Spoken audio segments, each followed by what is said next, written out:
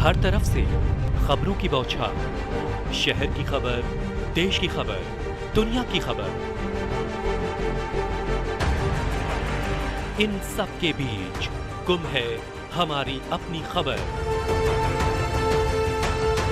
Social live news 24/7 सच के साथ। POCSO court में एक बार फिर इतिहास रचा है। नाबालिग पीड़िता से दुष्कर्म के मामले में विशेष न्यायाधीश पोक्सो एक्ट माननीय जज रामकिशोर यादव की अदालत ने फांसी की सजा व 1,30,000 रुपए के अर्थदंड सुनाया है। इस केस की सरकार की ओर से पैरवी कर रही special DGC POCSO court Shrimati Alka उपन्यू एडवोकेट ने बताया कि पीड़िता के पिता ने थाना जमुनापार में रिपोर्ट दर्ज कराई थी, जिसमें कहा गया था कि उसकी 9 वर्षीय बेटी तथा बनवारी की 9 वर्षीय भांजी 31 अगस्त 2020 की रात करीब 8 बजे गांव की ही एक दुकान पर सामान लेने गई थी। दोनों बच्चियां कुछ देर तक घर वापस नहीं लौटी तो पीड़िता का पिता तथा गांव के कई लोग दोनों बच्चियों को खोजने लगे। करीब 11 बजे बनवारी की भांजी की मां ने बताया कि बनवारी उसकी बेटी को लेकर मेरे घर पर आया है। जब बनवारी से यह पूछा गया कि मेरी बेटी पीड़िता कहाँ है तो बताया कि मुझे नहीं मालूम, घर पर ही आ रहा है, किंतु बनवारी घर पर नहीं आया। इसलिए मुझे पूरा विश्वास है कि बनवारी ने मेरी बेटी बहला फुसलाकर अपहरण कर लिया है।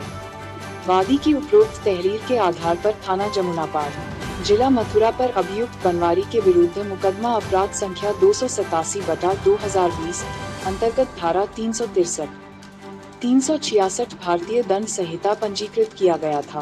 पुलिस विवेचना में 1 सितंबर 2020 को ग्राम मावली के जंगलों में पीड़िता का शव बरामद हुआ था, जिसमें पुलिस के द्वारा पीड़िता के साथ बलात्कार के बाद गला घोंटकर हत्या करना आरोपित किया गया था। विवेचना में अभियुक्त बनवारी व अभियुक्ता नीलम को आरोपी मानते हुए धारा 363, 376, 302, 201 भारतीय दंड संहिता व 5/6 पोक्सो एक्ट में मुकदमा प्रवर्तित हुआ था।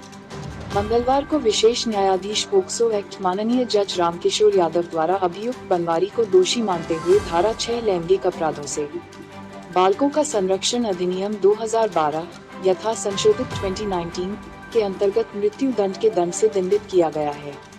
अभियुक्त बनवारी को फांसी के फंदे पर तब तक लटकाया जाए जब तक कि उसकी मृत्यु न हो जाए। इसके अलावा अभियुक्त बनवारी को धारा 363 भारतीय दंड संहिता के अपराध में 5 वर्ष के कठोर कारावास एवं 20 के अर्थदंड, धारा 302 भारतीय दंड संहिता के अंतर्गत आजीवन कारावास उसके जीवन की अंतिम सांस तक तथा 1 लाख के अर्थदंड, धारा 201 भारतीय दंड संहिता मृत्यु से दंडनीय साक्ष्य का विलोपन करने के अपराध में 6 वर्ष के कठोर कारावास एवं 10,000 के अर्थदंड की सजा सुनाई है।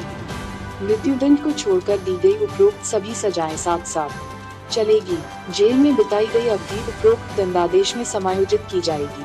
सिद्धदोष बनवारी द्वारा अर्थदंड की धनराशि जमा करने पर 80% धनराशि बतौर प्रतिका के रूप में मृतका के विधिक प्रतिनिधि उसके माता पिता को दी जाएगी।